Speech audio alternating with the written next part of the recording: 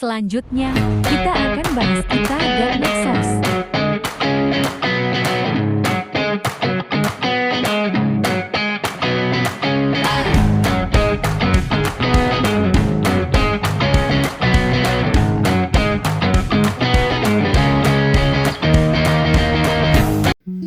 Halo, Assalamualaikum warahmatullahi wabarakatuh. Teman-teman, apa kabar? Alhamdulillah, ketemu lagi sama saya Titis Rofiana di acara Ruang Sehat Jiwa. Apa sih Ruang Sehat Jiwa? Ruang Sehat Jiwa itu adalah salah satu forum atau salah satu podcast yang nanti bakal sering saya share gitu ya, tentang tema-tema tentang kesehatan mental. Kesehatan mental itu apa sih? Terus kenapa sih kesehatan mental itu sekarang jadi bahasan? Apakah kesehatan mental itu penting? Dan siapa sih sebenarnya orang-orang yang perlu tahu dan paham tentang kesehatan mental? Nanti kita akan bahas ya sama-sama di Ruang Sehat Jiwa. Di podcast yang pertama ini akan membahas sesuatu yang sebenarnya sangat dekat dengan kita, yang mungkin setiap hari kita juga melakukan hal itu. Apa itu? Yaitu tentang sosial media. Teman-teman, ngomongin tentang sosial media ya, tapi nanti yang perlu kita bahas itu sosial media tuh kita nggak cuman akan bilang gini, oh sosmed bikin mental kita nggak sehat, atau oh sosmed itu nggak baik. Tapi nanti kita juga bahas tuh, teman-teman, nanti ikutin ya. Jadi yang akan kita bahas tuh nanti sosmed itu nggak cuman bikin kita jadi stres, atau sosmed itu bisa bikin kita bahagia, tapi kita juga bakal bedah nih teman-teman. Kira-kira sebenarnya apa sih dampak sosial media terhadap kesehatan mental kita? Pembahasan ini lumayan seru ya teman-teman, atau bahkan bisa dibilang sangat seru. Kenapa? Karena memang sosial media itu mau tidak mau kita setiap hari berinteraksi, dan ternyata kadang kita nggak sadar loh, sosial media itu pelan-pelan merenggut kita gitu ya, merenggut kesehatan mental kita. Niatnya kita nih ya, kita niatnya cuman mau scroll sebentar. Pernah gak sih ngerasa, aku mau bales chat aja deh, tahu-tahu kita udah buka tuh HP bisa 30 menit, 45 menit, atau bahkan bisa sampai 1 jam gitu ya. Teman-teman yang lagi nanti kita bahas ini, teman-teman boleh deh dengerin sambil ngopi, rebahan, atau mungkin juga sambil scroll di timeline. Kita mau aku mau tanya nih pelan-pelan tapi cukup serius nih ke teman-teman. Pernah gak sih teman-teman tuh ngerasa capek, tapi bukan capek fisik, melainkan capek ngelihat hidup orang lain? Bayangin, lihat hidup orang lain aja bisa bikin kita capek. Padahal selama ini ya, mungkin kita tuh kalau capek lari, olahraga itu bikin kita capek. Tapi ternyata sekarang ini kita bisa merasa capek hanya dengan melihat kehidupan orang lain. Terus dengan kondisi itu nih teman-teman jadi ngerasa, iya ya, aku nih aneh gak ya? Lihat orang aja kok capek sendiri, kok sedih, kok lain-lainnya itu banyak nih teman-teman. Tapi tenang teman-teman, yang ngerasain kayak gitu tuh bukan kamu sendiri atau aku sendiri gitu ya, tapi ternyata yang merasakan tentang hal ini itu banyak. Terbukti dari apa? Terbukti dari ada data laporan nih ya teman-teman, dari data Reportal di 2024, rata-rata orang Indonesia itu menghabiskan 3 jam per hari di sosmed, bahkan ada yang sampai 4 jam. Coba teman-teman bayangin deh, kalau kita bangun nih selama 17 jam sehari, lainnya tidur tuh ya, maksudnya kita tuh melek selama 17 jam sehari, itu hampir 1/5 dari waktu bangun kita itu kita gunakan untuk scrolling, like, nonton TikTok, pindah ke Instagram, pindah ke Twitter, pindah ke yang lainnya, komen, share. Aktivitas kita tidak jauh dari hal itu. Lebih dari, sebenarnya ya kalau kita bahas hal itu tuh bukan lebih dari sekedar waktunya saja yang habis, tapi sebenarnya waktunya habis, kuota habis, baterai habis. Tapi kadang yang ikut terkuras adalah pikiran dan perasaan kita. media sosial tuh udah jadi bagian dari identitas diri kita gitu. Mulai dari kita misalkan ya pagi update story sarapan, pergi sedikit update story OTW, pergi sedikit makan sama teman upload lagi, liburan upload, sampai kadang tanpa sadar kita jadi sering ngintip-ngintip gitu tuh ke kehidupan orang lain.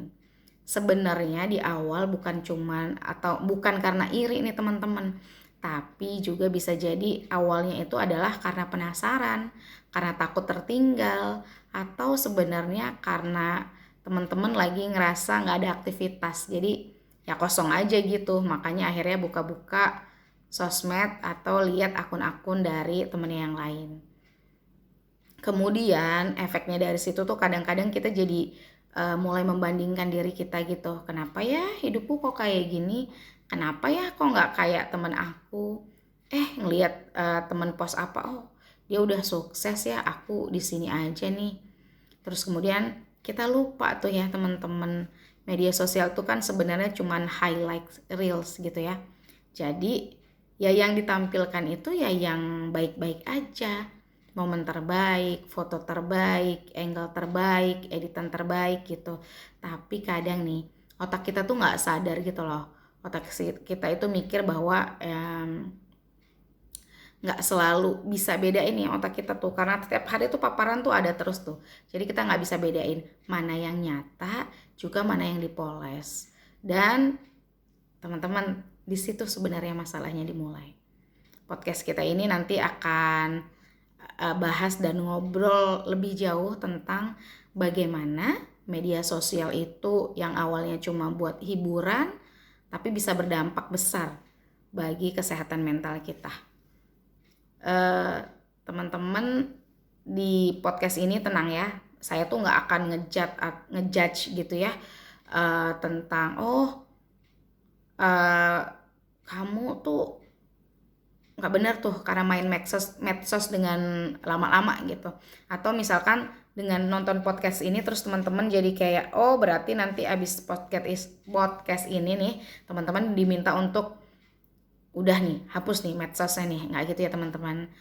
Di sini tuh aku cuman pengen kita bareng-bareng duduk bareng ngobrol pelan-pelan biar kita semua bisa lebih sadar dan mungkin sebenarnya ujungnya adalah kita lebih sayang kepada diri kita sendiri. Oke, selanjutnya kita mau bahas nih sisi terang dari sosial media. Nggak semua tentang media sosial itu gelap teman-teman, ada cahayanya juga. Tapi sebelum kita nyemplung lebih dalam ke sisi gelap sosial media, yuk kita adil dulu ya. Karena sejatinya media sosial itu netral. Yang bikin beda adalah gimana kita menggunakannya. Dan jujur aja, di balik semua keramaian dan kebisingan digital, sosmed juga seringkali jadi tempat kita kayak jadi ngerasa ada yang dengerin loh, ada yang perhatiin aku loh. Ekspresi diri dan dukungan emosional. Maksudnya gimana? Menurut Kaplan dan Henlin 2019, sosial media itu menyediakan ruang bagi kita untuk mengekspresikan diri dan mendapat validasi sosial. Pernah kan kamu nulis sesuatu dari hati, lalu ada orang yang komen kayak gini nih, aku juga ngerasa gitu, dan tiba-tiba kamu jadi kayak ngerasa, aku gak sendirian, ternyata ada juga loh yang ngerasa hal seperti itu. Di saat dunia nyata terasa cepat dan ribut, kadang yang kita butuhin cuma satu komen tulus yang bikin hari kita jadi lebih ringan. Gitu gak teman-teman? Terus sisi positifnya apalagi ya? Nih, komunitas yang suportif. Kita juga gak bisa loh nolak bahwa ada banyak banget komunitas baik di luar sana. Mulai dari gerakan seperti mental health awareness, sampai akun-akun kayak anxiety support yang hadir buat ngasih pelukan virtual gitu ya, buat siapapun yang lagi berjuang. Kalau studi dari Naslun dan kawan-kawan di tahun 2020 itu bahkan menyebutkan begini nih, bahwa kehadiran komunitas online bisa meningkatkan rasa belonging, terutama buat mereka yang punya gangguan mental ringan. rasa diterima, rasa gue jadi nggak ngerasa sendirian, itu tuh prinsipal banget nggak sih teman-teman? Terus kemudian yang ketiga, apa sih sisi positif dari sosial media? Yaitu akses psikoedukasi yang mudah. Maksudnya gimana? Ini pentingnya teman-teman, sekarang tuh psikoedukasi udah makin gampang diakses. Kamu bisa belajar tentang anxiety, depresi, self love, teknik mindfulness. Cukup lewat video 1 menit, atau kamu cari-cari gitu di Instagram. Banyak psikolog, konselor, sampai aktivis kesehatan mental yang lagi aktif banget nih berbagi ilmu secara gratis. Kita belajar tanpa harus takut dihakimi atau dinilai. Jadi ya, sebenarnya media sosial itu bisa banget jadi ruang menyembuhkan, tempat kita bertumbuh, berbagi, dan merasa gak sendiri. Tinggal gimana kita milih untuk menggunakannya. Bukan buat membandingkan, tapi membuat menguatkan. Bukan buat pamer, tapi buat pulih. Kemudian yang perlu kita bahas lagi nih tentang sosial media, aku sebutnya gini nih, sebenarnya tuh dampak negatif dari sosial media, tapi aku sebutnya gini nih, saat layar mulai melukai. Sosial media bisa jadi tempat healing, tapi juga bisa jadi tempat luka yang tumbuh diam-diam. Nah, sekarang kita masuk nih ke bagian yang lebih dalam ya teman-teman ya, bagian yang kadang kita abaikan karena kita anggap biasa aja kok, aku cuma scroll sebentar. Padahal di balik scroll itu bisa jadi luka yang pelan-pelan mengikis tanpa kita sadari. Apa yang pertama nih ya? Yang pertama tuh fear of missing out atau FOMO. Pernah gak sih kamu tuh kayak gini ya, lagi buka-buka Instagram, lihat temanmu liburan, nongkrong, produktif, dan kamu cuman di kamar gitu. Lalu muncul perasaan kayak gini nih, kok aku hidupnya kayak gak seseru mereka ya? Itulah tuh yang disebut sama dengan FOMO atau fear missing out. Menurut penelitian, FOMO bisa memicu stres, kecemasan, dan rendah diri. Kita merasa harus selalu update gitu ya. FOMO tuh gitu tuh, harus selalu ikut, harus selalu in. Padahal kenyataannya istirahat juga penting teman-teman, dan gak apa-apa loh. Gak ngapa-ngapain itu bukan kegagalan, itu self care. Kita peduli sama diri kita bahwa ya kita lagi butuh istirahat. Yang kedua nih, dampak negatif dari sosmed itu perbandingan sosial yang gak sehat. Teori dari social comparison dari Festinger tahun 54 nih teman-teman bilang bahwa manusia itu secara alami suka membandingkan dirinya dengan orang lain.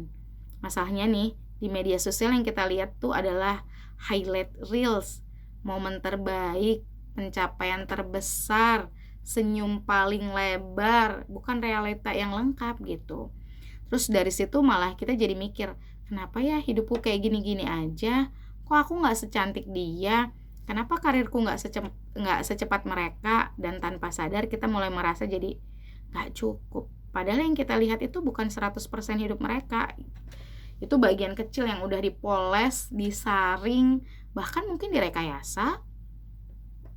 Selanjutnya apa tuh? Selanjutnya adalah kecanduan sosial media. Coba jujur, kapan terakhir kali kamu pegang HP tanpa alasan yang jelas? Kecanduan sosial media ini nyata banget teman-teman. Istilahnya sekarang disebut social media addiction gitu ya. Jadi yang adiksi kecanduan tuh bukan cuma narkoba, tapi ternyata sosial media juga bisa bikin kita kecanduan. Studi dari Andreas dan kawan-kawan 2020 ya menunjukkan bahwa kecanduan ini nih berkaitan dengan depresi dan kecemasan, terutama pada remaja. Dan ada istilah baru lagi, doom scrolling. Kebiasaan terus-menerus scroll konten negatif. Berita buruknya, komentar jahat atau konten yang memicu amarah, kita jadi terjebak di pusaran informasi yang malah bikin mental kita tuh jadi makin lelah. Niatnya tuh ya buka medsos buat cari hiburan, tapi jadi makin lelah. Yang selanjutnya apa tuh? Yang selanjutnya adalah cyber bullying dan trolling. Kita juga nggak bisa tutup mata nih teman-teman. Media sosial sayangnya juga bisa jadi tempat yang subur banget buat bullying digital. komentar pedas, body shaming, fitnah, ejek-ejekan, semuanya bisa muncul banget tuh dalam hitungan detik. UNICEF Indonesia 2021 tuh pernah buat penelitian gitu teman-teman, informasinya nih 40 remaja Indonesia pernah mengalami cyberbullying dan efeknya nggak kelihatan tapi menyakitkan. Orang bisa terlihat biasa aja di luar tapi hatinya hancur karena satu komentar jahat di postingannya. Jadi sosial media memang bisa jadi tempat kita merasa terhubung, tapi kalau nggak bijak bisa berubah jadi tempat yang bikin kita tersesat teman-teman. Itulah kenapa penting banget buat kita sadar tentang batas, tentang dampak, dan juga tentang apa yang benar-benar penting untuk kesehatan jiwa kita. Yang keempat, sosial media ini biasanya menyasar di orang-orang yang rentan. Dampak negatifnya ya, orang-orang yang rentannya itu siapa aja sih? Orang-orang yang rentannya itu yang pertama remaja, ibu-ibu muda, pekerja digital di tengah arus sosmed ini nih. Sekarang kita bahas ya, siapa yang paling rentan terdampak dari sosmednya itu nih. Karena kenyataannya nih nggak semua orang itu punya daya tahan mental yang sama. Ada kelompok-kelompok tertentu tuh yang karena fase hidupnya atau tekanan sosialnya, mereka jadi lebih gampang tergelincir ke jurang stres, cemas, bahkan depresi hanya karena sosial media. Yang pertama nih ya, remaja dan anak muda. Remaja tuh ibarat tanah liat yang masih lunak, gampang dibentuk. Otak mereka berkembang dan bagian otak itu yang ngatur pengendalian diri, yaitu prefrontal cortex. Mereka punya anak remaja ini belum sepenuhnya matang. Bayangin aja, mereka melihat jumlah like sebagai ukuran harga diri. Satu koma negatif bisa bikin seharian kepikiran. Menurut laporan dari Kementerian Kesehatan RI, ada korelasi yang kuat nih antara penggunaan sosmed yang berlebihan dan gejala depresi serta gangguan tidur pada remaja. Mereka tidur larut tuh, bangun, lelah, terus kemudian jadi emosional gitu. Semuanya berputar tanpa mereka sadari. Selanjutnya, yang rentan itu ibu rumah tangga atau ibu muda. Ini juga jadi kelompok yang sering banget kena dampak. Di sosmed kita sering lihat ibu sempurna. Contohnya siapa nih teman-teman? Pasti bisa bilang, Nikita Willy. Rumahnya selalu rapi, anaknya anteng, makanan bergizi, dan wajahnya glowing tanpa airbag. Padahal realitanya nggak sesempurna itu. Akhirnya muncullah istilah comparison burnout gitu ya. Perasaan capek, rendah diri, ngerasa gagal hanya karena membandingkan diri dengan potret kehidupan orang lain yang belum tentu asli teman-teman. Selanjutnya, siapa lagi nih yang paling rentan? Yang paling rentan adalah pekerja digital. Dan terakhir, buat kita nih yang kerja di dunia digital, entah itu konten kreator, admin, editor, desainer, pernah ngerasa nggak sih kayak nggak boleh offline, harus selalu responsif, harus update terus? Itu tuh yang bikin muncul burnout digital, bukan cuma sampai fisik, tapi juga lelah secara mental. Karena pekerjaan dan istirahatnya udah nggak punya batas yang jelas. Jadi, kalau kamu termasuk salah satu dari mereka, remaja, ibu muda, atau pekerja digital, yuk lebih sayang sama diri sendiri. Kita boleh online tapi jangan sampai kehilangan kendali atas hidup nyata kita. Terakhir yang akan kita bahas adalah cara bijak menggunakan sosial media. Gimana caranya biar nggak tergulung di dunia maya? Oke, sekarang kita masuk ke bagian yang paling penting nih teman-teman ya. Setelah tahu baiknya, buruknya tentang sosmed, sekarang kita obrol nih gimana caranya supaya kita nggak tenggelam di sana.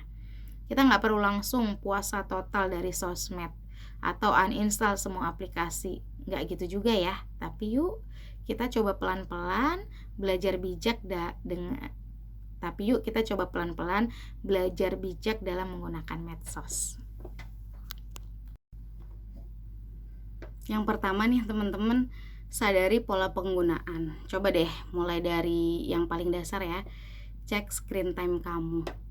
Pernah gak sih kamu buka HP cuma mau balas chat, tahu-taunya 45 menit.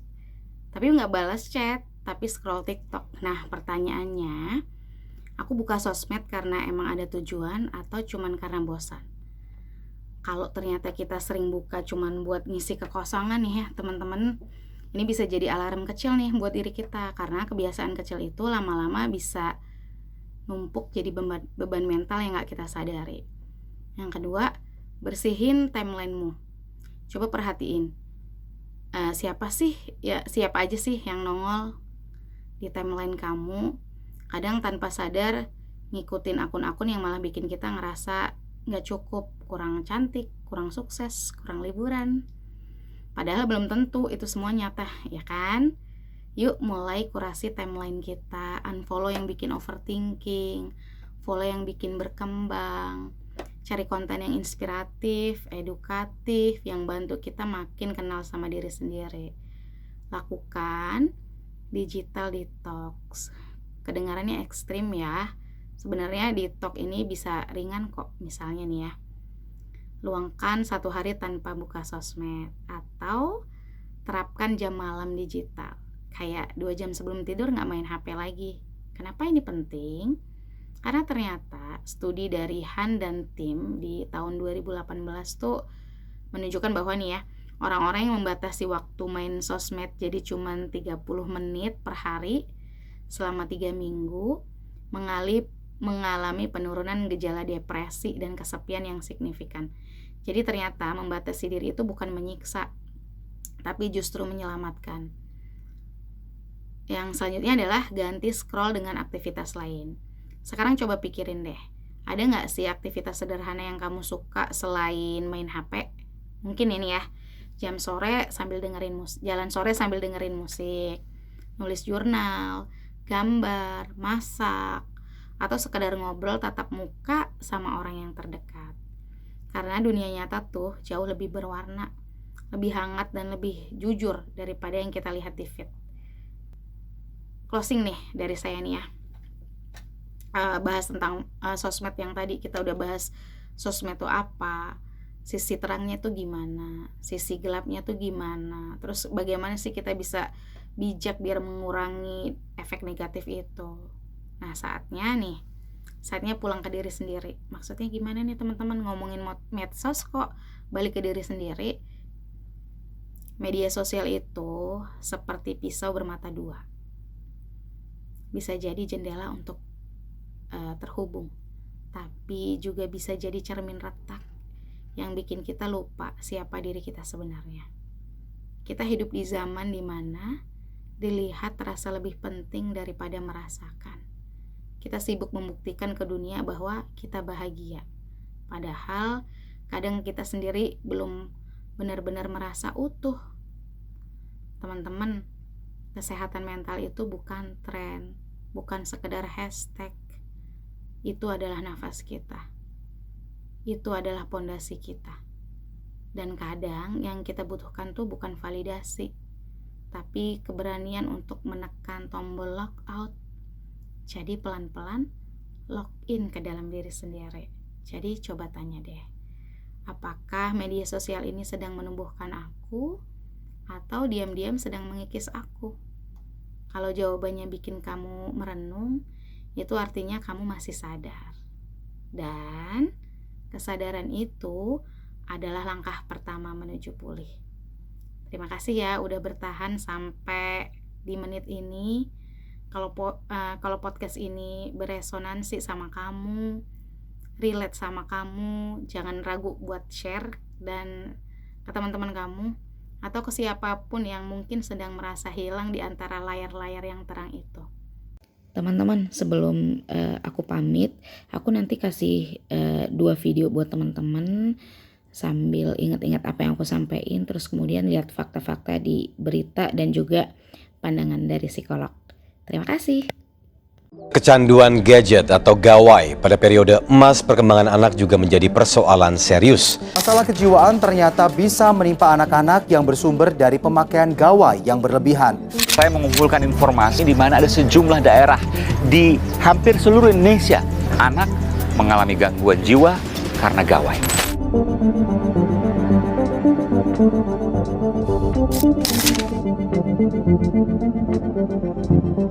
Saya kasih waktu itu gadget rusak, nggak nyala waktu itu Mas. Dalam hitungan menit saya cabut, dia nggak terlepas dari gadget itu. Gadget itu saya ambil, itu masih gini dengan fokus mata di tangan. Saya menemui Viko, bocah yang mengalami gejala kecanduan gadget hingga matanya rusak. Perubahan juga terjadi pada kognitif bocah 9 tahun ini yang semakin malas hingga sulit berkomunikasi. Seusia dengan Viko, sang ibu terpaksa membawa Farhan menjalani terapi anak kecanduan game. Ada nggak di sini yang mulai ngerasa kecanduan media sosial? Kamu penasaran nggak kenapa? Cek di sini jawabannya ya. Jawabannya terletak dalam alasan kenapa kamu buka media sosial. Tentu ada banyak alasannya ya. Salah satunya adalah menghilangkan ketidaknyamanan. Nah, ketidaknyamanan apa yang dihilangkan? Macam-macam di sini. Kadang emosi bosan, karena bosan scrolling gitu nggak? Kadang sensasi kosong, mencari ada yang ngisi nih apa kayak lucu kayak gitu ya. Atau mungkin emosi-emosi lain, sedih, kecewa, marah, dan lain sebagainya. Apakah salah mencari pengalihan dari perasaan tidak nyaman? Tentu tidak. Yang menjadi masalah adalah kalau main sosial media adalah satu-satunya cara atau cara dominan yang kita gunakan untuk menghilangkan ketidaknyamanan, maka itu bisa jadi masalah. Kita akan tenggelam scrolling terus nggak habis-habis. Dan yang terjadi adalah ketika seseorang kecanduan, butuh durasi waktu lebih panjang untuk kita scrolling sampai perasaan kita sama nyamannya dulu. Jadi terus-menerus tuh mantengin layar HP. Dan yang jadi masalah kedua adalah rentang perhatian kita menyempit. Biasanya dulu bisa nonton video 10 menit, sekarang 5 menit tuh rasanya bosan, ganti lagi. 5 menit rasanya bosan, ganti lagi. Kita terjebak. Sehingga dampak yang ketiga adalah aktivitas keseharian kita jadi terdampak juga. Kerjaan yang harusnya keurus nggak keurus, harusnya ketemu teman jadi nggak ketemu teman, masalah mulai muncul tambahan. Makin nggak nyaman dong, ketidaknyamanannya perlu diatasi dong, scrolling lagi. Nah, masalah lagi. Nggak ada yang salah dengan bermain sosial media, tapi coba temukan cara-cara lain untuk menghadapi ketidaknyamananmu. Bye-bye. Kita akan ketemu lagi nanti di episode selanjutnya tentang kesehatan mental, pembahasan yang lain lagi. Kita bahas dengan jujur, dengan dalam, penuh makna. Sampai jumpa. Tetap waras, tetap sadar, dan yang paling penting tetap sayang sama diri sendiri. Terima kasih. Assalamualaikum warahmatullahi wabarakatuh.